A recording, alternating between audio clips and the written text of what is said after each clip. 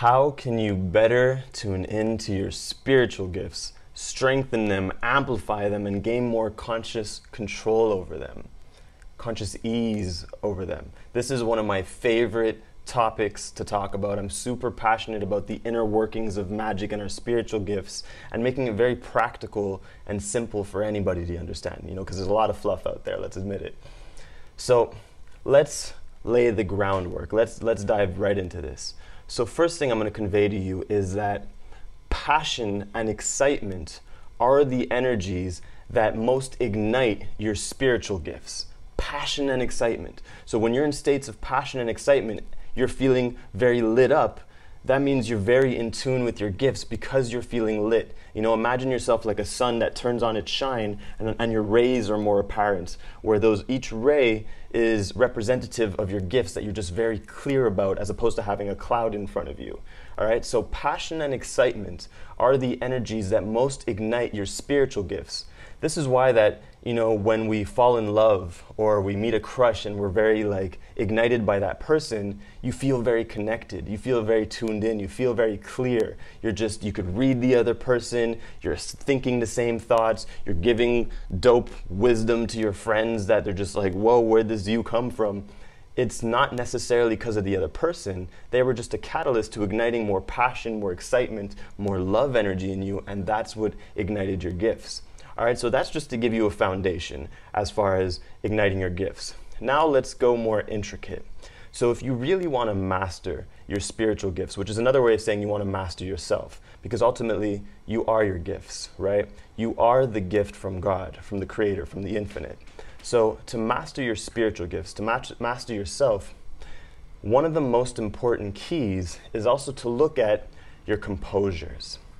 All right, this is who you think you need to be, who you think you are, versus who you truly are. Your composures are literally dampeners to your spiritual gifts. For example, if inside you're a very authentic, raw, gangster, playful type person, and that's just who you are inside, that's how you even speak to yourself on the inside, you're like, yo, what's up? But around other people, maybe family or spiritual communities, you're like, blessings, beloved, oh dear one, or whatever the thing is. That's what I call fluff, right? Because it's a learned composure that you learned by wanting to fit in with other spiritual people or whoever, and that composure is you choosing to embody your image over your essence. Choosing to embody your image over your essence. So of course it's going to dampen your gifts, because your gifts are on the radio station of your soul's true personality. That's where your gifts exist. All right, so what you can do to help yourself is to literally take a piece of paper, draw a line down the middle, and on one side, on the left side, write who I think I need to be, and on the right side, write down who I truly am. And then so you might write tough, guarded, serious, professional, I don't know, those types of things. And as you write those things, because of your awareness of one, you'll instantly have the awareness of the other. So as you write it, then go on the other side and write who you truly are. And just by bringing it into your consciousness, taking it from your unconscious to your conscious, you can very easily then be like, oh, that doesn't make sense. I want to be authentic. I choose to be in integrity, and cross things off your list. Anything on that list that you find difficult to let go of, it's because you have an emotional attachment to it, or because there's more depth in it to extract.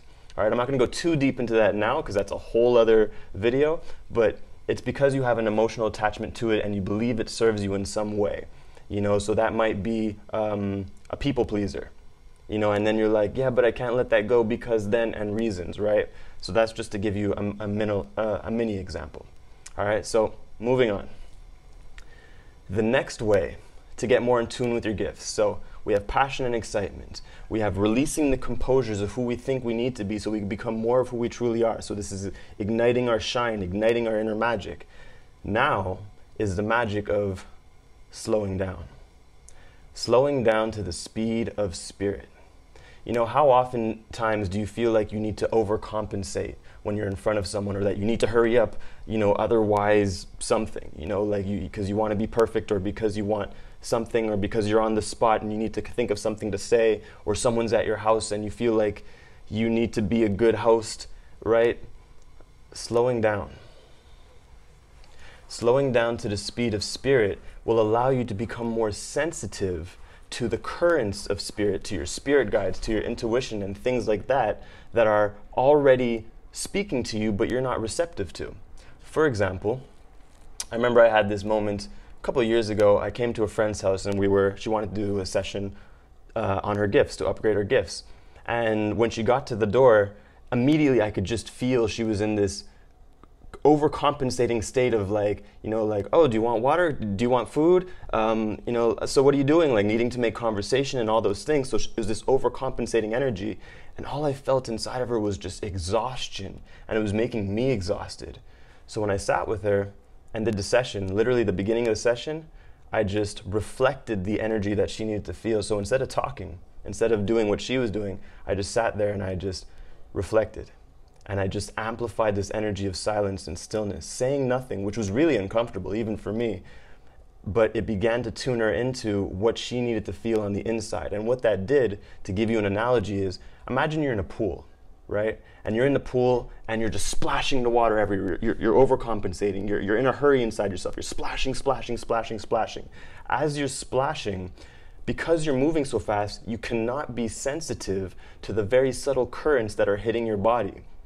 But when you slow down and you let the waters of your consciousness become more still, and you just let yourself feel, and the water can just still out, then you could become that much more receptive to the subtle frequencies, the subtle currents of your spirit guides, of your intuition, of whatever else that is already talking to you, and you can be receptive to it. You could communicate. You could be like, oh, this, and you get the intuition. All right, so slowing down to the speed of spirit is very essential. Now I'll give you one last tip, because I don't want to overload you guys, because I could go on for days. A very important tip is the energy of playfulness. Playfulness over seriousness. Spirit is a very playful energy. Spirit is playful, it's creative, it's fun, it's lighthearted. It's the human complex, it's conditioning that is more serious.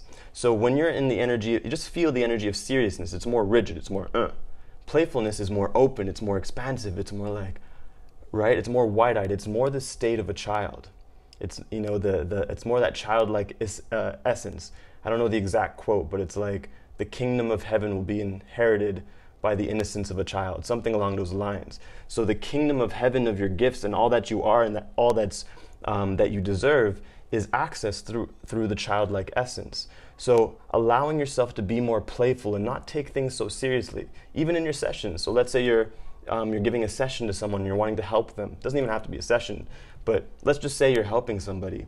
If you take their problems seriously, that means you're also going into a heavier state, and it'll be a lot longer of a process, as opposed to if you just take it lightly, be playful, and allow yourself to think outside the box. That'll give you much more spiritual flexibility to play with your gifts.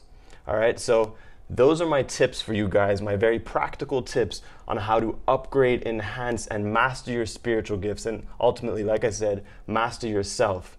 And if you would like to learn more about this, if you really want to deep dive with me and you're like, yo, this is who I am. I want to live as the highest expression of my gifts. I'm a light leader. I'm here to raise the consciousness of the planet.